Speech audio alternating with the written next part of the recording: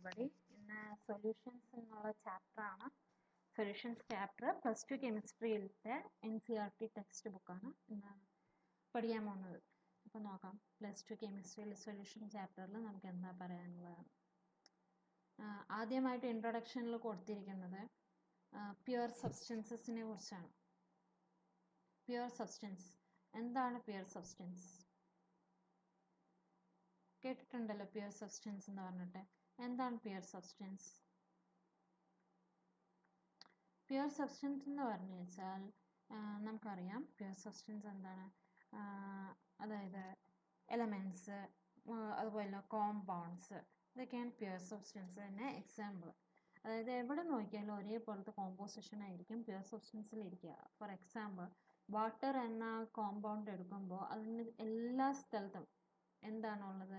Water മോളിക്യൂളാണുള്ളത്. ഇപ്പോൾ iron അല്ലെങ്കിൽ sodium എന്നുള്ള എലമെൻ്റ് എടുക്കുമ്പോൾ അതിൻ്റെ എല്ലാ ഭാഗത്തും അയൺ ആയിരിക്കും ഉണ്ടാവുക, അല്ലേ? സോഡിയം മെറ്റൽ ആണ് എടുക്കണമെങ്കിൽ എല്ലാ ഭാഗത്തും എന്തായിരിക്കും? സോഡിയം മോളിക്യൂൾ ആയിരിക്കും ഉണ്ടാവുക. അപ്പോൾ ഒരേ കോമ്പോസിഷൻ എല്ലാ സ്ഥലത്തും ഉണ്ടെങ്കിൽ അതിന് പ്യുവർ സബ്സ്റ്റൻസസ് എന്ന് പറയും. അപ്പോൾ രണ്ടിലധികം പ്യുവർ സബ്സ്റ്റൻസസ് കൂടുമ്പോഴാണ് എന്തുണ്ടാവുന്നത്? മിക്സ്ചർ ഉണ്ടാവുന്നത്. അപ്പോൾ മിക്സ്ചറിൻ്റെ ഇമ്പോർട്ടൻസ് ലൈഫിൽ എങ്ങനെയാണ് എന്നത് അതിൻ്റെ കമ്പോസിഷനെ ഡിപ്പെൻഡ് ചെയ്തിട്ടാണ് ഇരിക്കുന്നത്. അപ്പോൾ നമുക്ക് കുറച്ച് മിക്സ്ചേഴ്സിനെ കുറിച്ച് പരിചയപ്പെടാം. ബ്രാസ് ഒരു മിക്സ്ചറാണ്. എന്തിൻ്റെ മിക്സ്ചറാണ്? കോപ്പറിൻ്റെയും സിങ്കിൻ്റെയും. ജർമ്മൻ സിൽവറോ കോപ്പർ, സിങ്ക് ആൻഡ് നിക്കലിൻ്റെ മിക്സ്ചറാണ്. ബ്രോൺസ് എന്ന് പറയുന്നത് കോപ്പറും ടിന്നിൻ്റെയും മിക്സ്ചറാണ്. ഇത് എൻട്രൻസിന് ചോദിക്കും, ഇത് കാണാതെ പഠിച്ചിരിക്കണം കേട്ടോ. ഇനി 1 പാർട്ട് പെർ മില്യൺ, ppm എന്നൊക്കെ ചില സ്ഥലങ്ങളിൽ നിങ്ങൾ കേട്ടിട്ടുണ്ടാവും. അത് 1 ppm ഫ്ലൂറൈഡ് അയോൺസ് വാട്ടറിലുണ്ടെങ്കിൽ ടൂത്ത് ഡീക്കേക്ക് കാരണമാവും. അതുപോലെ 1.5 പാർട്ട് പെർ മില്യൺ ആണെങ്കിൽ ppm ഫ്ലൂറൈഡ് അയോൺസ് ആണ് ഉള്ളതെങ്കിൽ ടീത്ത് മോട്ട്ലിങ്ങിന് കാരണമാവും. ടീത്ത് മോട്ട്ലിങ്, ടൂത്ത് ഡീക്കേ എന്തൊക്കെയാണത്? ടൂത്ത് ഡീക്കേ എന്ന് പറഞ്ഞു വെച്ചാൽ പല്ലിന് കേടുപാടുകൾ വരിക. മോട്ട്ലിംഗ് എന്ന് പറഞ്ഞു വെച്ചാൽ എന്താ? സ്പോർസ്, ചെറിയ ചെറിയ ഓട്ടകൾ, ചെറിയ നിറം വ്യത്യാസമൊക്കെ വരില്ലേ, മഞ്ഞപ്പല്ല് എന്നൊക്കെ പറയില്ലേ, അതാണ് മോട്ട്ലിംഗ് എന്നൊക്കെ പറയുന്നത്. കേട് വരിക, അതൊക്കെ പൊട്ടിപ്പോവുക, അതൊക്കെയാണ് മോട്ട്ലിംഗ്. ഇനി വളരെയധികം ഹൈ കോൺസെൻട്രേഷൻ ആണ് ഫ്ലൂറൈഡ് അയോൺസ് എങ്കിൽ എന്ത് സംഭവിക്കും? അത് പോയ്സണസ് ആയിരിക്കും. റാറ്റ് പോയ്സൺ എന്ന് കേട്ടിട്ടില്ലേ നിങ്ങൾ? എലിവിഷം. എലിവിഷത്തിന് ഉപയോഗിക്കുന്നത് സോഡിയം ഫ്ലൂറൈഡ് എന്ന കോമ്പൗണ്ടാണ്. അപ്പോൾ ഇനി ഇൻട്രാവീനസ് ഇഞ്ചക്ഷൻസ് എന്ന് കേട്ടിട്ടുണ്ടോ? ആ ഇൻട്രാവീനസ് എന്ന് പറഞ്ഞു വെച്ചാൽ വെയിൻസിലുള്ള ഇഞ്ചക്ഷൻസ് ആണ് ഇൻട്രാവീനസ് എന്ന് പറയുന്നത്. കൂടുതൽ പറയുകയാണെങ്കിൽ ഇൻട്രാവീനസ് തെറാപ്പി എന്ന് പറഞ്ഞു വെച്ചാൽ therapy that delivers fluids directly into a vein. ഒരു വെയിനിലായിട്ട് ഫ്ലൂയിഡ്സിനെ ഡയറക്റ്റ്ലി ഡെലിവർ ചെയ്യുന്ന ഒരു തെറാപ്പിയാണ് ഇൻട്രാവീനസ് തെറാപ്പി. ഫ്ലൂയിഡ്സ് എന്ന് പറഞ്ഞു വെച്ചാൽ ലിക്വിഡും സോളിഡും ലിക്വിഡും ഗ്യാസും ചേർന്നതാണ് ഫ്ലൂയിഡ് എന്ന് പറയുന്നത്. അപ്പോൾ ഹൈ പ്രഷറിലൊക്കെ കൊടുക്കുന്ന ഒരു സംഭവമാണ് ഇൻട്രാവീനസ് തെറാപ്പി. അപ്പോൾ ഇത് മെഡിക്കേഷനിലും ബ്ലഡ് ട്രാൻസ്ഫ്യൂഷനിലൊക്കെയാണ് ഉപയോഗിക്കുന്നത്. അതായത് വാട്ടറിൽ സാൾട്ട് കണ്ടെയ്നിങ് വാട്ടർ, അതായത് at A particular ionic concentration, ഒരു അയണിക് കോൺസെൻട്രേഷനിൽ ബ്ലഡ് പ്ലാസ്മയുടെ കോൺസെൻട്രേഷന് അനുസരിച്ച് ആയിട്ട് ഇഞ്ചെക്ട് ചെയ്യുന്ന ഒരു തെറാപ്പിയാണ് ഇൻട്രാവീനസ് തെറാപ്പി. അപ്പോൾ നമുക്ക് ഇനി സൊല്യൂഷൻസിലേക്ക് പോവാം. അപ്പോൾ ഇന്ന് ഈ ചാപ്റ്ററിൽ, സൊല്യൂഷൻസ് എന്ന ഈ ചാപ്റ്ററിൽ എന്താണ് പഠിക്കുന്നതെന്ന് വെച്ചാൽ വേപ്പർ പ്രഷർ കേട്ടിട്ടുണ്ടോ നിങ്ങൾ? വേപ്പർ പ്രഷർ ഒരു വേപ്പറിൻ്റെ പ്രഷർ, ഒരു ലിക്വിഡിൻ്റെ വേപ്പറിൻ്റെ പ്രഷർ അറ്റ്മോസ്ഫിയറിക് പ്രഷറിനോട് ഈക്വൽ ആകുമ്പോഴാണ് അത് ബോയിൽ ചെയ്യുക. അങ്ങനെ താഴ്ന്ന ക്ലാസ്സുകളിലൊക്കെ പഠിച്ചിട്ടുണ്ടാവും. അപ്പോൾ വേപ്പർ പ്രഷറും അതിൻ്റെ കൊളിഗേറ്റീവ് പ്രോപ്പർട്ടീസും, properties of the solutions like vapour pressure, colligative properties, അതിനെക്കുറിച്ചാണ് നമ്മൾ ഇന്ന് പഠിക്കുന്നത്. അപ്പോൾ we will begin with types of solutions and then various alternatives in which concentration of a solute can be expressed in liquid solution. അപ്പോൾ നമുക്ക് ഒരു സൊല്യൂട്ടിൻ്റെ കോൺസെൻട്രേഷനെ കുറിച്ച് ആദ്യമായിട്ട് പഠിക്കാം. എങ്ങനെയാണ് കോൺസെൻട്രേഷൻ ഡിറ്റർമിൻ ചെയ്യുന്നത്, എങ്ങനെയാണ് അതിനെ നമ്മൾ എക്സ്പ്രസ് ചെയ്യുന്നതെന്നൊക്കെ പഠിക്കാം. അപ്പോൾ ടൈപ്സ് ഓഫ് ആദ്യം നമ്മൾ പഠിക്കുന്ന ടൈപ്സ് ഓഫ് സൊല്യൂഷൻസ് ആണ്. ടൈപ്സ് ഓഫ് സൊല്യൂഷൻസ് 2 തരത്തിലുണ്ട്. അല്ല, ടൈപ്സ് ഓഫ് സൊല്യൂഷൻ എന്ന് പറയുന്നത് ഇന്ന് നമ്മൾ പഠിക്കുന്നത് ബൈനറി സൊല്യൂഷനെ കുറിച്ചാണ്. അപ്പോൾ സൊല്യൂഷൻസ് എന്ന് പറയുന്നത് എന്താണ് ശരിക്കും? Solutions are homogeneous mixtures. എന്താണ് ഹോമോജീനിയസ് മിക്സ്ചേഴ്സ്? എന്താണ് ഹോമോജീനിയസ് മിക്സ്ചേഴ്സ് എന്ന് പറഞ്ഞാൽ? ഹോമോജീനിയസ് മിക്സ്ചേഴ്സ് എന്ന് പറഞ്ഞാൽ മിക്സ്ചേഴ്സ് 2 തരത്തിലുണ്ട്. ഒന്ന് ഹോമോജീനിയസും പിന്നെ ഒന്ന് ഹെറ്ററോജീനിയസും. ഹോമോജീനിയസും ഹെറ്ററോജീനിയസും. അപ്പോൾ ഹോമോജീനിയസ് മിക്സ്ചേഴ്സ് എന്ന് പറഞ്ഞു വെച്ചാൽ എല്ലാ സ്ഥലത്തും നോക്കുമ്പോഴും കോമ്പോസിഷൻ, അതിൻ്റെ കമ്പോണൻറ്റ് കോമ്പോസിഷനും പ്രോപ്പർട്ടീസും യൂണിഫോം ആയിരിക്കും. ഒരേ പ്രൊപ്പോർഷനിലാണെങ്കിൽ അത് ഹോമോജീനിയസ് ആണ്. ഇപ്പോൾ ഷുഗർ സൊല്യൂഷൻ എടുക്കുക. ഷുഗർ സൊല്യൂഷനിൽ എല്ലാ സ്ഥലത്തും നോക്കുമ്പോഴും നമുക്ക് ഷുഗറിൻ്റെ ഒരംശം കിട്ടും. അതുപോലെ തന്നെ വെള്ളത്തിൻ്റെ അംശവും കിട്ടും അല്ലേ? അപ്പോൾ ഷുഗറും വെള്ളവും ഒരേ പ്രൊപ്പോർഷനിലാണ് എല്ലാ സ്ഥലത്തും കിട്ടിയിരിക്കുന്നത് അല്ലേ? ചിലയിടത്ത് മധുരിക്കും, ചിലയിടത്ത് മധുരിക്കാണ്ടിരിക്കും, അങ്ങനെയുണ്ടോ? ഇല്ലല്ലോ. അപ്പോൾ അതൊരു ഹോമോജീനിയസ് മിക്സ്ചറാണ്. ഇനി വേറൊരു കാര്യം നോക്കാം. ഹെട്രോജീനിയസ് മിക്സ്ചർ എന്ന് പറയുമ്പോൾ കോമ്പോസിഷൻ ഡിഫറെൻറ്റ് പ്രൊപ്പോർഷനിലായിരിക്കും. അതിന് ഉദാഹരണമാണ് ചോക്ക് വെള്ളം, ചെളിവെള്ളമൊക്കെ. അതൊക്കെ അടിയിലൊക്കെ ഇങ്ങനെ ഇരിക്കുന്നത് കണ്ടിട്ടില്ലേ? അപ്പോൾ ഹെട്രോജീനിയസ് മിക്സ്ചറും ഉണ്ട്, ഹോമോജീനിയസ് മിക്സ്ചറും ഉണ്ട്. സൊല്യൂഷൻ എന്ന് പറയുന്നത് ഹോമോജീനിയസ് മിക്സ്ചറാണ്. ഇനി എന്താണ് ഒരു സൊല്യൂഷൻ? സൊല്യൂഷൻ എന്ന് പറയുന്നതിന് 2 പാർട്ട് ഉണ്ട്. ഒന്ന് സൊല്യൂട്ടും പിന്നെ ഒന്ന് സോൾവെൻറ്റും. ഇതിൽ ലാർജസ്റ്റ് ക്വാണ്ടിറ്റിയിൽ പ്രസൻറ്റ് ആയിരിക്കുന്നതിനെയാണ് സോൾവെൻറ്റ് എന്ന് പറയുന്നത്. അപ്പോൾ സൊല്യൂട്ട് എന്തായിരിക്കും? ചെറിയ ക്വാണ്ടിറ്റിയിലുള്ളതായിരിക്കും. ഇനി സോൾവെൻ്റ് ആണ് physical state of A solution determine ചെയ്യുന്നത്. അപ്പോൾ 2 പാർട്ട് ഉണ്ട്, സൊല്യൂട്ടും സോൾവെൻറ്റും. ലാർജസ്റ്റ് ക്വാണ്ടിറ്റി സോൾവെൻ്റ് ആയിരിക്കും, സ്മോളസ്റ്റ് ക്വാണ്ടിറ്റി സൊല്യൂട്ട് ആയിരിക്കും. സോൾവെൻ്റ് ആണ് ഫിസിക്കൽ സ്റ്റേറ്റിനെ ഡിറ്റർമിൻ ചെയ്യുന്നത് എന്തിൻ്റെ? സൊല്യൂഷൻ്റെ.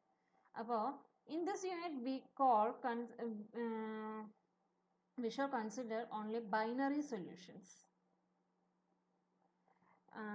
അപ്പോൾ അതിന് മുമ്പ് സൊല്യൂട്ട് എന്താ പറയേണ്ടത്? സോൾവെന്റ് പറഞ്ഞു. സൊല്യൂട്ട് എന്താണ്?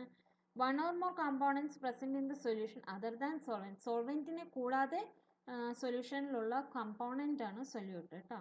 അപ്പോൾ ഈ ബൈനറി സൊല്യൂഷൻ പറഞ്ഞാൽ എന്താണ്? ബൈനറി സൊല്യൂഷൻ പറഞ്ഞാൽ 2 കമ്പോണൻ്റ് ഉള്ള സൊല്യൂഷനാണ് ബൈനറി. ബൈ എന്ന് പറയുന്നത് എപ്പോഴും എന്താണ്? 2 എന്ന് കാണിക്കുന്നതാണ്. അപ്പോൾ ബൈനറി സൊല്യൂഷൻ എന്ന് പറയുന്നത് 2 കമ്പോണൻറ്റിനെ കാണിക്കുന്ന സൊല്യൂഷനാണ്.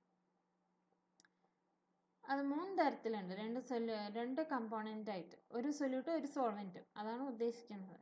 അപ്പോൾ gaseous solution, liquid solution, solid solution എന്നുണ്ട്. അപ്പോൾ നമ്മൾ അപ്ലൈ പഠിച്ചപ്പോൾ, മിക്സ്ചർ പഠിച്ചപ്പോൾ എക്സാമ്പിൾ പറഞ്ഞില്ലേ, ബ്രാസ്, ബ്രോൺസ്, അതൊക്കെ സോളിഡ് സൊല്യൂഷൻസ് ആണ്. രണ്ടും സോളിഡ് ആവുമ്പോൾ ഉള്ള സോളിഡാണ്, അല്ല മിക്സ്ചറാണ്, സൊല്യൂഷനാണ്, സോളിഡ് സൊല്യൂഷനാണ് ബ്രാസും ബ്രോൺസും ഒക്കെ. നമുക്ക് ഉദാഹരണങ്ങൾ നോക്കാം. ഗ്യാസും രണ്ടും ഗ്യാസ് ആണെങ്കിൽ ഉദാഹരണമാണ് mixture of oxygen and nitrogen gases. Air അതിന് ഉദാഹരണമാണ്. ഗ്യാസ് ലിക്വിഡിന് എക്സാമ്പിളാണ്. രണ്ടും ലിക്വിഡ്, സൊല്യൂട്ടും സോൾവെൻറ്റും ലിക്വിഡ് ആണെങ്കിൽ example ethanol dissolved in water. പിന്നെ സോളിഡും ആണെങ്കിൽ സൊല്യൂട്ടും സോൾവെൻറ്റും കോപ്പർ ഡിസോൾവ്ഡ് ഇൻ ഗോൾഡ്, അല്ലെങ്കിൽ നമുക്ക് ബ്രാസ് അല്ലെങ്കിൽ ബ്രോൺസ് എന്ന് പറയും. ഇനി ഡിഫറെൻറ്റ് സ്റ്റേറ്റ്സ് ഉള്ളതിനെ കുറിച്ച് നോക്കാം. സൊല്യൂട്ട് ലിക്വിഡും സോൾവെൻറ്റ് ഗ്യാസും. അങ്ങനെയാണെങ്കിൽ ക്ലോറോഫോം ലിക്വിഡാണ്. ക്ലോറോഫോം എന്തിനാണ് ഉപയോഗിക്കുന്നത്? നമ്മൾ മയക്കാനൊക്കെ ടി വിയിലൊക്കെ സിനിമയിലൊക്കെ കാണാറില്ലേ? അതൊക്കെ ക്ലോറോഫോമാണ് ഉപയോഗിക്കുന്നത് കേട്ടോ. ആ ക്ലോറോഫോം നൈട്രജൻ ഗ്യാസുമായിട്ട് മിക്സ് ചെയ്യുന്നതാണ് എന്ത്? ലിക്വിഡ് സൊല്യൂട്ടും ഗ്യാസ് സോൾവെൻറ്റിനും സൊല്യൂഷനായിട്ടുള്ളതിന് എക്സാമ്പിൾ. അപ്പോൾ സോളിഡാണ് സൊല്യൂട്ട്, ഗ്യാസ് സോൾവെൻ്റ് ആണെങ്കിൽ ക്യാംഫർ ഇൻ നൈട്രജൻ ഗ്യാസ് അത് ഉദാഹരണമാണ്. ക്യാംഫർ പറഞ്ഞു വെച്ചാൽ എന്താ? കർപ്പൂരം ഇൻ നൈട്രജൻ ഗ്യാസ്. അപ്പോൾ എന്തുകൊണ്ടാണ് ഇതിന് ഗേഷ്യസ് സൊല്യൂഷൻ പറയാൻ കാരണം? സോൾവെൻറ്റ് എന്ന് പറയുന്നത് കൂടുതൽ അളവിലുള്ള സംഭവം സോൾവെൻറ്റ് ഗ്യാസ് ആയതുകൊണ്ട്. ഞാൻ ലിക്വിഡ് സൊല്യൂഷൻ നോക്കാം. സോൾവെൻറ്റ് ലിക്വിഡ് ആയിട്ടുള്ളത്. അപ്പോൾ സൊല്യൂട്ട് ഗ്യാസ് ആണ് ഉള്ളതിന് ഉദാഹരണമാണ് oxygen dissolved in water. Oxygen ആണ് ഇവിടുത്തെ സൊല്യൂട്ട്, വാട്ടർ ആണ് സോൾവെൻറ്റ്. ഇനി ലിക്വിഡും നമ്മൾ പറഞ്ഞു. ഇനി സോളിഡ് സൊല്യൂട്ടും സോൾവെൻറ്റ് ലിക്വിഡും. Glucose dissolved in water. Glucose എന്ന് പറഞ്ഞാൽ വെച്ചാൽ എന്താ, പഞ്ചസാരയൊക്കെ പൊടിക്കണില്ലേ, അതിനെ തന്നെ ഗ്ലൂക്കോസ് എന്ന് പറയുന്നത്. അപ്പോൾ ഗ്ലൂക്കോസ് ഡിസോൾവ്ഡ് ഇൻ വാട്ടർ പറയാം നമുക്ക്, അല്ലെങ്കിൽ ഷുഗർ സൊല്യൂഷൻ, അതൊക്കെ സാൾട്ട് സൊല്യൂഷനൊക്കെ ഇതിന് ഉദാഹരണമാണ്. ഇനി സോളിഡ് സോൾവെൻറ്റും മറ്റ് സ്റ്റേറ്റ്സും വെച്ചിട്ട് എങ്ങനെയാണെന്ന് നോക്കാം. സോളിഡും ആണെങ്കിൽ കോപ്പർ ഡിസോൾവ്ഡ് ഇൻ ഗോൾഡ്, അല്ലെങ്കിൽ ബ്രാസ്, ബ്രോൺസ്. ഇനി സൊല്യൂട്ട് ലിക്വിഡ് ആണെങ്കിൽ, ലിക്വിഡ് സൊല്യൂട്ട് ആണെങ്കിൽ അത് നമ്മൾ ഡിഫറെൻ്റ് ആണ്. നമ്മൾ കേട്ടിട്ട് ഊഹിക്കില്ല അങ്ങനെ ഒരു സൊല്യൂഷൻ ഉണ്ടാവുമെന്ന്. അമാൽഗം ഓഫ് മെർക്കുറി ഏത് സ്റ്റേറ്റിലുള്ള എലിമെൻ്റ് ആണ്? മെറ്റലാണ്. സോളിഡ് ആണോ? അല്ല, ലിക്വിഡ് ആണ് അല്ലേ. ലിക്വിഡ് മെർക്കുറി വിത്ത് സോഡിയം ആണ് സോളിഡ് സൊല്യൂഷന് എക്സാമ്പിൾ പറയുന്നത്. അത് ലിക്വിഡ് സോളിഡ് സൊല്യൂഷനാണ്. ഇനി ഗ്യാസ് സൊല്യൂട്ട് ആയാൽ ഹൈഡ്രജൻ ഗ്യാസ് അല്ലേ, ഇൻ പലേഡിയം സോളിഡ് ആണ് കേട്ടോ. അപ്പോൾ ഇതെവിടെയാണ്? പലേഡിയം എവിടെയെങ്കിലും കേട്ടിട്ടുണ്ടോ? പലേഡിയം നമ്മൾ കാറ്റലിസ്റ്റ് ആയിട്ടൊക്കെ ഉപയോഗിക്കുന്ന ഒരു എലമെൻ്റാണ്. ഹൈഡ്രജൻ പിന്നെ എല്ലാവർക്കും അറിയാമല്ലോ. അപ്പോൾ ഗ്യാസും സോളിഡും ഉദാഹരണമാണ്, സോളിഡ് സൊല്യൂഷൻ ഉദാഹരണമാണ് ഇത്. അപ്പോൾ കോമൺ എക്സാമ്പിൾസ് ആണ്. ഇത് കാണാതെ പഠിക്കുക, എൻട്രൻസിനൊക്കെ ചോദിക്കുകയാണെങ്കിൽ ചോദിക്കും. NCERTക്ക് ചോദിക്കാമെന്ന് അറിയില്ല. ഇനി കോൺസെൻട്രേഷൻ എക്സ്പ്രസ് ചെയ്യുന്ന പ്രക്രിയയിലേക്ക്, പ്രോസസ്സിലേക്കാണ് നമ്മൾ പോകുന്നത്. അപ്പോൾ ഒരു സൊല്യൂഷൻ്റെ കോമ്പോസിഷൻ നമ്മൾ എക്സ്പ്രസ് ചെയ്യുന്നത് അതിൻ്റെ കോൺസെൻട്രേഷനിലൂടെയാണ്. അതിനെ നമുക്ക് ക്വാളിറ്റേറ്റീവ്ലിയും ക്വാണ്ടിറ്റേറ്റീവ്ലിയും എക്സ്പ്രസ് ചെയ്യാം. എങ്ങനെയാണ് ക്വാളിറ്റേറ്റീവ്ലി എക്സ്പ്രസ് ചെയ്യുക? അത് ഡൈല്യൂട്ട് ആണോ കോൺസെൻട്രേറ്റഡ് ആണോ എന്ന് പറയുന്നതിലൂടെയാണ്. എന്താണ് ഡൈല്യൂട്ട്, എന്താണ് കോൺസെൻട്രേറ്റഡ്? ഡൈല്യൂട്ട് എന്ന് പറയുമ്പോൾ അതിൽ സൊല്യൂട്ട് സ്മോൾ ക്വാണ്ടിറ്റി ആയിരിക്കും. കോൺസെൻട്രേറ്റഡ് എന്ന് പറഞ്ഞു വെച്ചാൽ ലാർജ് ക്വാണ്ടിറ്റി ഓഫ് സൊല്യൂട്ട് ആയിരിക്കും. പക്ഷേ ഇത് ശരിക്കും നമുക്കൊരു കോൺസെൻട്രേഷനെ കുറിച്ച് പറയുമ്പോൾ അത് വളരെയധികം കൺഫ്യൂഷൻ ഉണ്ടാക്കുകയും നമുക്ക് വേണ്ട അത്ര ഇൻഫോർമേഷൻ നൽകാത്തതാണ്. അപ്പോൾ നമുക്ക് ക്വാണ്ടിറ്റേറ്റീവ്ലി നമുക്ക് കോൺസെൻട്രേഷനെ കുറിച്ച് ഡിസ്ക്രൈബ് ചെയ്യാൻ ശ്രമിക്കാം. അപ്പോൾ അതിന് ഉദാഹരണമാണ് mass percentage, volume percentage, mass per volume percentage, mass by volume percentage, അതുപോലെ മൊളാലിറ്റി അങ്ങനത്തെയൊക്കെ കാര്യങ്ങൾ. അപ്പോൾ നമുക്ക് മാസ് പെർസെൻറ്റേജ് നോക്കാം. മാസ് പെർസെൻറ്റേജ് എന്ന് പറഞ്ഞു വെച്ചാൽ മാസ് ബൈ മാസ് ആണ്. അതായത് mass of the component in the solution by total mass of the solution into 100. അപ്പോൾ ഈ കമ്പോണൻ്റ് എന്ന് ഉദ്ദേശിക്കുന്നത് എന്താണ്? സൊല്യൂഷനിൽ എന്തൊക്കെ കമ്പോണൻ്റ് ആണുള്ളത്? സൊല്യൂട്ടും ഉണ്ട്, സോൾവെൻറ്റും ഉണ്ട്. അപ്പോൾ ഏതെങ്കിലും ഇപ്പോൾ സൊല്യൂട്ടിൻ്റെ മാസാണ് എടുക്കുന്നതെങ്കിൽ, മാസ് പെർസെൻറ്റേജ് ആണ് എടുക്കേണ്ടതെങ്കിൽ കമ്പോണൻറ്റ് സൊല്യൂട്ടായിരിക്കും. ഇപ്പോൾ സോൾവെൻറ്റിൻ്റെ ആണെങ്കിൽ കമ്പോണൻറ്റ് സോൾവെൻ്റ് ആയിരിക്കും. അപ്പോൾ നമ്മളിപ്പോൾ സൊല്യൂട്ടിന് ഒരു എക്സാമ്പിളായിട്ട് പറയാം. Mass of the solute in the solution by total mass of the solution. Total mass of the solution എന്ന് പറഞ്ഞു വെച്ചാൽ mass of solvent plus mass of solute into 100. ഇനി if a solution is described by 10% of glucose in water by mass, ഇതാണ് പറയുന്നതെങ്കിൽ, ഇങ്ങനെയാണ് പറയുന്നതെങ്കിൽ ഇത് mass percentage ആണ്. 10% glucose in water by mass എന്ന് പറഞ്ഞു വെച്ചാൽ മാസ് പെർസെൻറ്റേജ് ആണ്. അപ്പോൾ നമ്മൾ ഈ ഇൻഫോർമേഷനിൽ നിന്ന് തന്നെ മനസ്സിലാക്കണം, ആ സൊല്യൂഷനിൽ 10 ഗ്രാം ഗ്ലൂക്കോസും 90 ഗ്രാം വാട്ടറും 100 ഗ്രാം സൊല്യൂഷനും ആയിരിക്കും. 10 ഗ്രാം ഗ്ലൂക്കോസ് എന്ന് പറയുമ്പോൾ നമുക്ക് ടോട്ടൽ ഗ്രാം എപ്പോഴും സൊല്യൂഷൻ്റെ 100 ആയിരിക്കും. അപ്പോൾ 100 മൈനസ് 10 ആണ് 90. അപ്പോൾ 90 ഗ്രാം ആണ് വാട്ടർ എന്ന് നമ്മൾ ഇതിൽ നിന്ന് ഊഹിക്കണം. ഇനി ഇത് സാധാരണ ഈ മാസ് പെർസെൻറ്റേജ് സാധാരണ ഉപയോഗിക്കുന്നത് ഇൻഡസ്ട്രിയൽ കെമിക്കൽ ആപ്ലിക്കേഷൻസിലാണ് ഉപയോഗിക്കുന്നത്. അപ്പോൾ ഇതിന് എക്സാമ്പിളാണ് bleaching solution, commercial bleaching solution containing 3.62 per mass percentage of sodium hypochlorite in water. അപ്പോൾ ഇതിൽ സോഡിയം ഹൈപ്പോക്ലോറൈറ്റ് ആണ് നമുക്ക് ചിലപ്പോൾ സോളിഡായിട്ട് നോക്കുന്നതെങ്കിൽ അതിനെ മാസ് സൊല്യൂട്ടായിട്ട് നോക്കുന്നതെങ്കിൽ 3.62 ഗ്രാം എന്ന് പറയുന്നത് സോഡിയം ഹൈപ്പോക്ലോറൈറ്റ് ആണ്. അപ്പോൾ വാട്ടർ എത്രയായിരിക്കും? 100 മൈനസ് 3.62. മനസ്സിലായോ? അപ്പോൾ എന്താണ് സൊല്യൂഷൻ്റെ മാസ് എത്രയായിരിക്കും? 100 ഗ്രാം. അപ്പോൾ ഇത് ക്ലിയർ ആയി വിശ്വസിക്കുന്നു. ഇനി വോളിയം പെർസെൻറ്റേജ് നോക്കാം.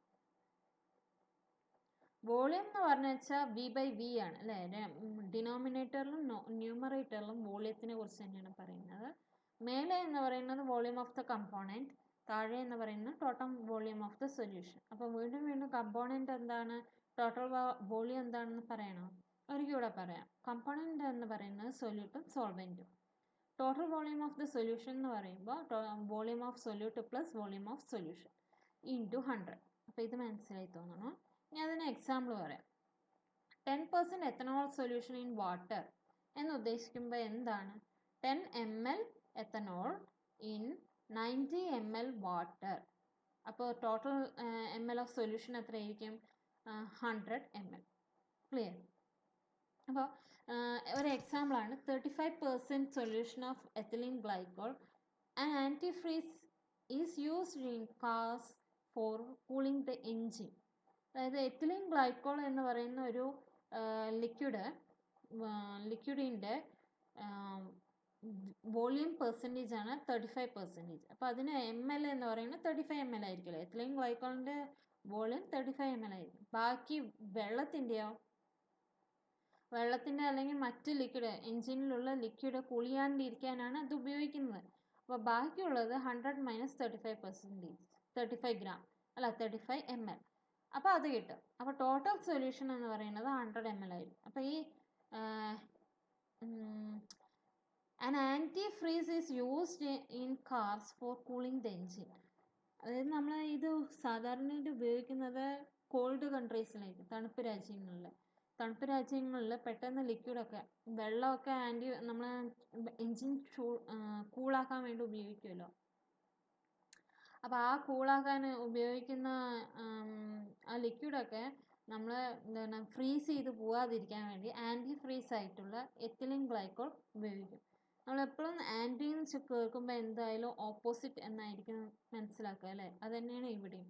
ഫ്രീസ് ചെയ്യാണ്ടിരിക്കാൻ അതാണ് ഉദ്ദേശിക്കുന്നത്, ആൻറ്റി ഫ്രീസ്. അപ്പോൾ ആൻറ്റി ഫ്രീസ് ഉപയോഗിക്കുമ്പോൾ ഫ്രീസിങ് പോയിന്റ് ലോവർ ചെയ്യും. 273 കെൽവിൻ ആണ് 0 ഡിഗ്രി സെൽഷ്യസ് അല്ലേ?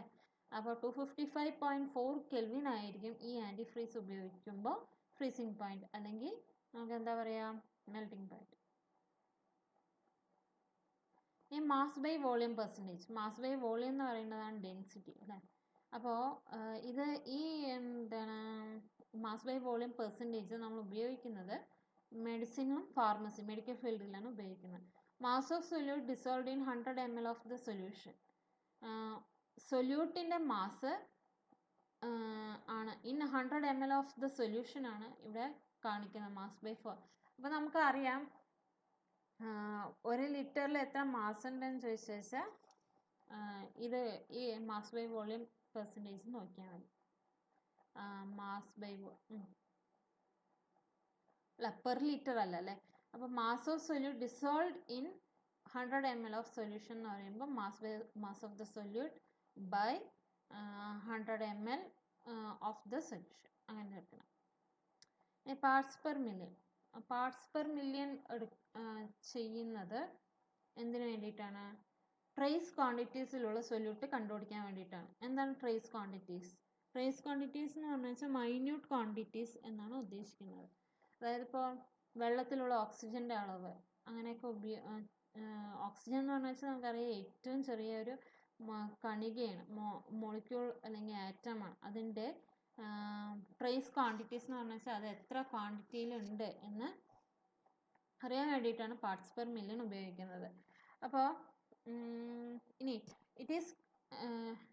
ഇനി പാർട്സ് പെർ മില്യൺ എങ്ങനെ നമുക്ക് അറിയാൻ പറ്റും എന്ന് വെച്ചാൽ number of parts of the component into 10⁻⁶ by total number of parts of all components of the solution. ഇതിൻ്റെ യൂണിറ്റാണ് മില്ലിഗ്രാം പെർ ലിറ്റർ എന്ന് പറയുന്നത്. ഇവിടെ കൊടുത്തിരിക്കുന്നത് മില്ലിലീറ്റർ റേസ് ടു -1 ആണ് അല്ലേ? അപ്പോൾ ഈ മില്ലിയും മ്യൂവും നമുക്ക് ഇൻറ്റു ഡിവിഷനും ഡിവിഷൻ ചെയ്യുമ്പോൾ കിട്ടുന്നതാണ് മില്ലിഗ്രാം പെർ ലിറ്റർ എന്ന് പറയുന്നത്. അപ്പോൾ നമുക്ക് ഇവിടുത്തെ കൊടുത്തിരിക്കുന്ന ഉദാഹരണം നോക്കാം. അതായത് ഒരു ലിറ്റർ സീ വാട്ടർ വെയ് ചെയ്യുന്നത് 1030 ഗ്രാം 1030 ഗ്രാം ആണ്. അതിൽ 6 × 10⁻³ ഗ്രാം ഡിസോൾവ്ഡ് ഓക്സിജൻ ഉണ്ട്. 10⁻³ ഗ്രാം ഡിസോൾവ്ഡ് ഓക്സിജൻ ഉണ്ട്. അപ്പോൾ നമുക്ക് ഓക്സിജൻ്റെ അളവ് എങ്ങനെ കണ്ടുപിടിക്കാമെന്ന് വെച്ചാൽ 6 × 10⁻³ × 10⁻⁶/1030 ഗ്രാം. അപ്പോൾ എന്താ ഉദ്ദേശിക്കുന്നത് മനസ്സിലായോ? അപ്പോൾ നമുക്ക് എന്ത് കിട്ടും? 5.8 പാർട്സ് പെർ മില്യൺ എന്ന് കിട്ടും. അപ്പോൾ നമ്മൾ സാധാരണ ഇത് ഉപയോഗിക്കുന്നത് pollutants in water or atmosphere, വാട്ടറിലുള്ള പൊല്യൂട്ടൻസ് ഒക്കെ കണ്ടുപിടിക്കാൻ, അല്ലെങ്കിൽ അറ്റ്മോസ്ഫിയറിലുള്ള പൊല്യൂട്ടൻസ് കണ്ടുപിടിക്കാൻ വേണ്ടിയിട്ടാണ് ഇത് ഉപയോഗിക്കുന്നത്. ഇനി അടുത്തതാണ് മോൾ ഫ്രാക്ഷൻ. മോൾസ് എങ്ങനെയാണ് കണ്ടുപിടിക്കുക? മോൾസ് കണ്ടുപിടിക്കാനുള്ള ഒരു ഇക്വേഷൻ ഉണ്ട്. എന്താണെന്നറിയോ? മോൾസ് കണ്ടുപിടിക്കാനുള്ള ഇക്വേഷനാണ് given mass by molar mass. എന്താണ്? Given mass by molar mass. അപ്പോൾ ഗിവൺ ബൈ മാസ് ഒരു ഉദാഹരണം എന്താ പറയുക? വാട്ടറിൻ്റെ മോളാർ മാസ് എത്രയാണ്?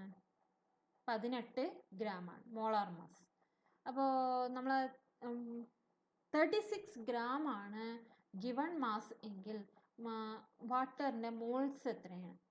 2 അല്ലേ? ഇങ്ങനെ 36/18 അല്ലേ? 2 മോൾസ് കിട്ടും. അപ്പോൾ number of moles of the component by total number of moles of all the components ആണ് mole fraction of A component. ഇപ്പോൾ സൊല്യൂട്ടിൻ്റെ കമ്പോണൻ്റ് ആണെങ്കിൽ number of moles of the solute by total number of moles of all the components, അതായത് solute plus solvent. അതിന് ഉദാഹരണമാണ് ഇപ്പം chi A, X A എന്നൊക്കെ പറയുന്നില്ലേ? ചിലർ കൈ എ എന്ന് പറയും, ചിലർ എക്സ് എ എന്ന് ഈ സാധനത്തിന്, ഈ സിമ്പിളിനെ പറയും. ഇല്ല, താഴെ കൊടുത്തിരിക്കുന്ന എ, സബ്സ്ക്രിപ്റ്റ് ആയിട്ട് കൊടുത്തിരിക്കുന്ന എൻ്റെ മോൾ ഫ്രാക്ഷനെ സൂചിപ്പിക്കുന്നതാണ് എക്സ് എ എന്ന് പറയുന്ന ഈ സംഭവം. അപ്പോൾ അതെങ്ങനെ കണ്ടുപിടിക്കുന്നത് വെച്ചാൽ Na/Na+Nb, അതായത് mole fraction number of moles of A by number of moles of A plus number of moles of B. കാരണം എയും എൻബിയും ആണ് ഒരു ബൈനറി മിക്സ്ചറിലുള്ളത്. ആ ബൈനറി മിക്സ്ചറിൽ നമ്പർ ഓഫ് മോൾസ് ഓഫ് എയും നമ്പർ ഓഫ് മോൾസ് ഓഫ് ബിയും എയും എൻബിയും കൊടുത്തിരിക്കുന്നു. അപ്പോൾ മോൾ ഫ്രാക്ഷൻ ഓഫ് എ എന്ന് പറയുന്നത് Na/Na+Nb. അതുപോലെ ഇപ്പോൾ ഒരു സൊല്യൂഷനിൽ ഐ കമ്പോണൻസ് ഉണ്ടെങ്കിൽ, ഐ നമ്പർ ഓഫ് കമ്പോണൻസ് ഉണ്ടെങ്കിൽ Ni/σNi, ഇത് നമ്മൾ ഈ സിഗ്മ എന്നുള്ള നൊട്ടേഷൻ മാത്സിൽ പഠിക്കും. നൊട്ടേഷൻ സൂചിപ്പിക്കുന്നത് സമ്മേഷൻ എന്നാണ്, സമ്മേഷൻ. അപ്പോൾ N1/σNi ആണ് x1 എന്ന N1ൻ്റെ മോൾ ഫ്രാക്ഷൻ. അപ്പോൾ total number of mole fraction എന്ന് പറയുന്നത് എപ്പോഴും യൂണിറ്റി ആയിരിക്കും, 1 ആയിരിക്കും. അപ്പോൾ ഒരു ബൈനറി സൊല്യൂഷൻ ആണെങ്കിലോ chi1 + chi2 അല്ലെങ്കിൽ x1 + x2 = 1 ആയിരിക്കും. ഇത് സാധാരണ മോൾ ഫ്രാക്ഷൻ ഉപയോഗിക്കുന്നത് ചില ഫിസിക്കൽ പ്രോപ്പർട്ടീസ് സൂചിപ്പിക്കാൻ വേണ്ടിയിട്ടായിരിക്കും സൊല്യൂഷൻ്റെ.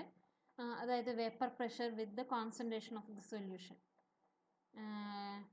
ഇനി താഴെ കൊടുത്തിരിക്കുന്നത് quite useful in describing the calculation involving gas mixtures. ഈ ഗ്യാസ് മിക്സ്ചേഴ്സ് ഒക്കെ പറയാൻ വേണ്ടിയിട്ടായിരിക്കും മോൾ ഫ്രാക്ഷൻ ഉപയോഗിക്കുക. ഇനി ഒരു കണക്ക് ചെയ്താലോ നമുക്ക്?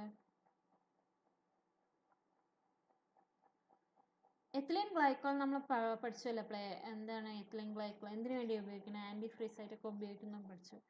അപ്പോൾ എത്തിലീൻ ഗ്ലൈക്കോളിൻ്റെ മോൾ ഫ്രാക്ഷൻ എങ്ങനെ കണ്ടുപിടിക്കാമെന്നാണ് നമ്മളിപ്പോൾ പഠിക്കാൻ പോകുന്നത്.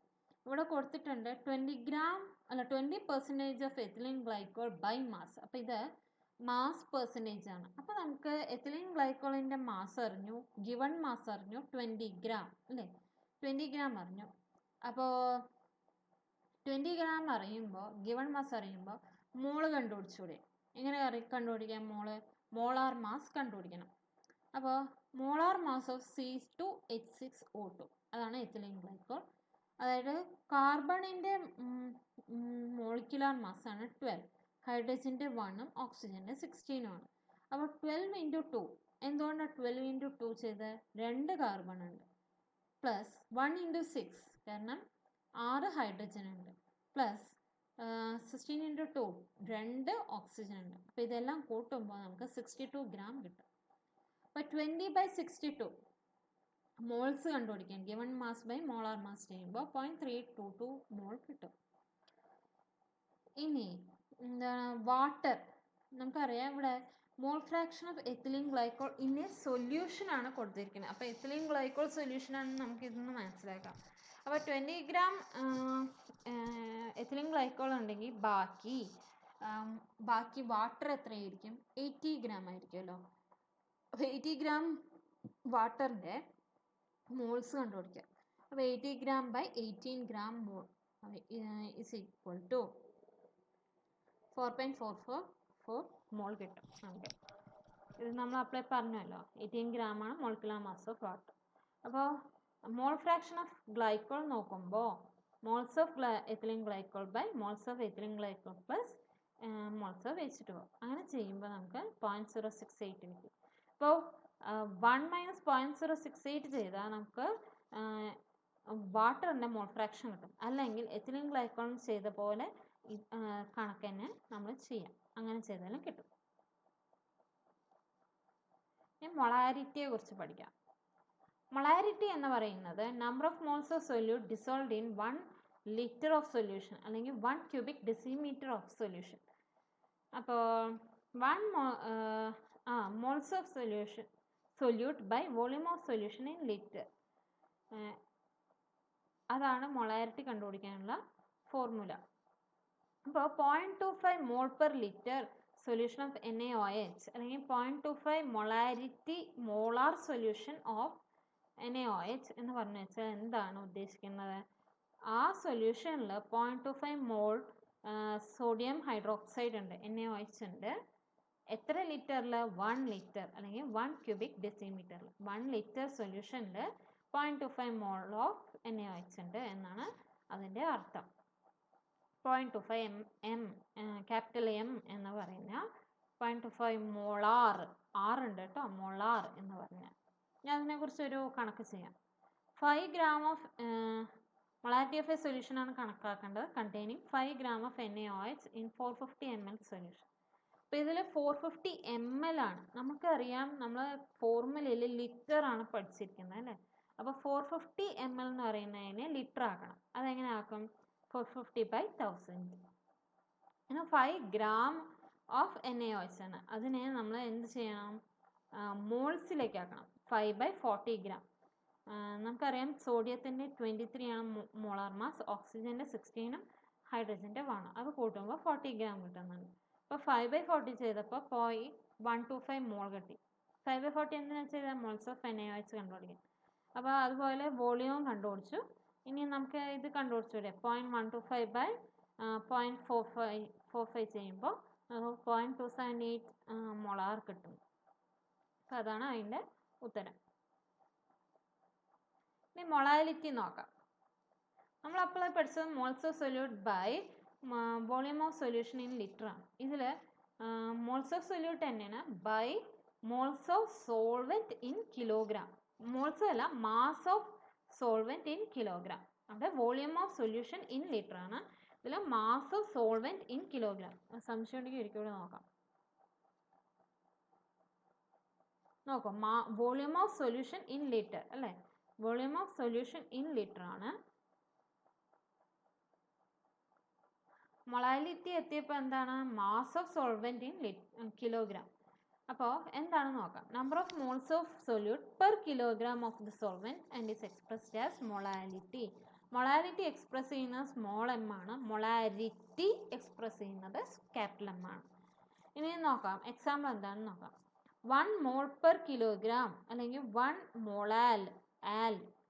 Molal solution of KCl means that 1 mole 74.5 gram of KCl is dissolved in 1 kilogram of water.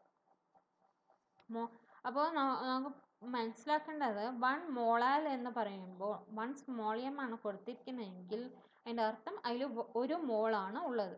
1 മോൾ എന്താണുള്ളത്? KCl. KCl ആണല്ലോ ഇവിടെ കൊടുത്തിരിക്കുന്നത്. 1 mole per kilogram of solution of KCl എന്നാണല്ലോ പറയുന്നത്. അപ്പോൾ KCl 1 മോൾ ഉണ്ട്. എത്ര കിലോഗ്രാം വാട്ടറിൽ? 1 കിലോഗ്രാം വാട്ടർ. ഇനി നമ്മൾ ഇതിൽ പഠിക്കുന്നത് കൺക്ലൂഷൻ അല്ല, അതിൻ്റെ എക്സാമ്പിളും കൂടെ പറഞ്ഞിട്ട് ഞാൻ കൺക്ലൂഡ് ചെയ്യാം. മൊളാലിറ്റി എങ്ങനെ കണ്ടുപിടിക്കുക? Calculate molality of 2.5 gram of ethanoic acid and 75 gram of benzene. അപ്പോൾ നമുക്ക് ഇതിൽ കൊടുത്തിരിക്കുന്ന ക്വാണ്ടിറ്റീസ് എന്തൊക്കെയാണ്? എഥനോയിക് ആസിഡിൻ്റെ ഗിവൺ മാസ് കൊടുത്തു 2.5 gram. അപ്പോൾ ബെൻസീനാണ് ഇവിടെ സൊല്യൂഷനായിട്ട് കൊടുത്തിരിക്കുന്നത് അല്ലേ, അത് 75 gram ആണ്. അപ്പോൾ ആദ്യം നമ്മൾ എഥനോയിക് ആസിഡിൻ്റെ മോൾസ് കാണും, മോൾസ്. അപ്പോൾ 2.5 by 60 gram. എഥനോയിക് ആസിഡിൻ്റെ മോളാർ മാസാണ് 60 gram. അതിന് എങ്ങനെ മോളാർ മാസ് കണ്ടുപിടിക്കേണ്ടതെന്ന് പറയണ്ടല്ലോ. 2.5 by 60 gram gram per mol ചെയ്യുമ്പോൾ നമുക്ക് ഇത്ര മോൾ കിട്ടും, 0.0417. ഇനി mass of benzene in kilogram, ഇവിടെ 75 gram ആണ് തന്നിരിക്കുന്നത്. അപ്പോൾ 75 ഗ്രാമിനെ നമ്മൾ കിലോഗ്രാം ആക്കി, ബൈ 1000 ചെയ്ത് കിലോഗ്രാം ആക്കി. ഇനി അപ്പോൾ കിലോഗ്രാം ചെയ്തിട്ട് മോൾസ് 0.0417 ബൈ എത്ര? 75 ഇൻറ്റു 10⁻³ അല്ലെങ്കിൽ മേലെ 0.017 ഇൻറ്റു 1000 ബൈ 75. 10⁻³ മേലെ പോകുമ്പോൾ 10⁻³ ആയല്ലോ, അതാണ് ഞാൻ ഉദ്ദേശിച്ചത്. അപ്പം നമുക്ക് കിട്ടും മൊളാലിറ്റി ഓഫ് എഥനോയിക് ആസിഡ് എത്ര കിട്ടി? 0.556 മോൾ പെർ കിലോഗ്രാം. ഇതിൻ്റെ അർത്ഥം എന്താണെന്ന് വെച്ചാൽ 1 കിലോഗ്രാമിൽ 0.556 മോൾ ഉണ്ട് എന്നാണ് അർത്ഥം. ഇനി ഇവിടെ ശ്രദ്ധിക്കുക, അതായത് mass percentage PPM parts per million mole fraction molality are independent of temperature. ടെമ്പറേച്ചറിനെ ഡിപ്പെൻഡ് ചെയ്യില്ല, പക്ഷേ മൊളാരിറ്റി എന്ന ഫങ്ഷൻ, അതായത് ക്യാപിറ്റൽ M, ടെമ്പറേച്ചറിനെ ഡിപ്പെൻഡ് ചെയ്യും. It is a function of temperature. കാരണം മൊളാരിറ്റിക്ക് വോളിയം ഉണ്ട്. വോളിയം എന്ന് പറയുന്നത് depends on temperature and the mass does not. Volume depends on temperature and mass does not. മനസ്സിലായോ? അതായത് mass percentage, PPM, mole fraction, molality ഒക്കെ കിലോഗ്രാം ആണ് പറയുന്നത്. മൊളാരിറ്റി എന്ന് പറയുന്നത് വോളിയമാണ്, വോളിയത്തിലാണ് നമ്മൾ പറയുന്നത്. അതുകൊണ്ട് volume depends on temperature, mass does not. അതുകൊണ്ട് molarity is a function of temperature. അപ്പോൾ ഇന്നത്തെ ക്ലാസ്സിൽ നമ്മൾ പഠിച്ചത് എന്തൊക്കെയാണ് പറയൂ? ഇന്നത്തെ ക്ലാസ്സിൽ നമ്മൾ പഠിച്ചത് molality, mass percentage, volume percentage, mass by volume percentage, അങ്ങനെ പാർട്സ് പെർ മില്യൺ, അങ്ങനെ ഒരുപാട് കോൺസെൻട്രേഷൻ കാണിക്കുന്ന ക്വാണ്ടിറ്റേറ്റീവ് മെത്തേഡ്സ് ആണ് പഠിച്ചത്. അപ്പോൾ അതുപയോഗിച്ചുള്ള കണക്കുകളൊക്കെയാണ് പഠിച്ചത്. ഇത് ഈ കാൽക്കുലേഷൻസ് ഒക്കെ പരീക്ഷയ്ക്ക് വരും, എൻട്രൻസിന് വരും. നിങ്ങൾ അതൊക്കെ ശ്രദ്ധയോടെ നോക്കണം. ഇപ്പോൾ പറഞ്ഞ കൺസെപ്റ്റ് ബേസിക് കൺസെപ്റ്റാണ്, അത് നന്നായിട്ട് മനസ്സിലാക്കിയിട്ട് പഠിക്കുക. അതുപയോഗിച്ചാണ് കണക്കുകൾ ചെയ്യുന്നത്. കുറേ ഇൻടെക്സ്റ്റ് ക്വസ്റ്റ്യൻസ് ഒക്കെ ഉണ്ട്, അത് ചെയ്ത് നോക്കുക, കിട്ടും എന്ന് വിശ്വസിക്കുന്നു. അപ്പോൾ ഇന്നത്തെ ക്ലാസ് നന്നായിട്ട് മനസ്സിലായി എന്ന് വിശ്വസിച്ചുകൊണ്ട് നിർത്തുന്നു. Thank you.